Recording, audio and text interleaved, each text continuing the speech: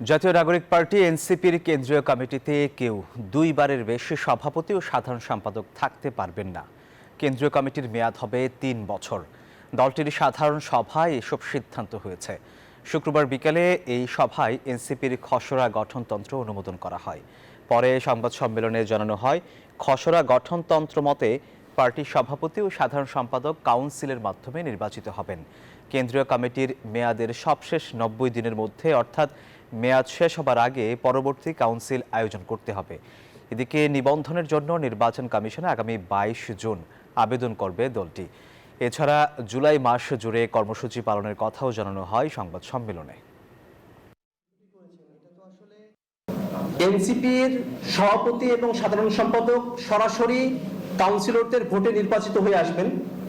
সারা দেশের ২ থেকে ২.৫ হাজার মানুষ ন্যাশনাল কাউন্সিলের সদস্য হবেন।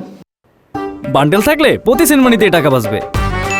বিকাশ সেনমানি বান্ডেল কিনে জিতুন প্রতি লেনদেনে।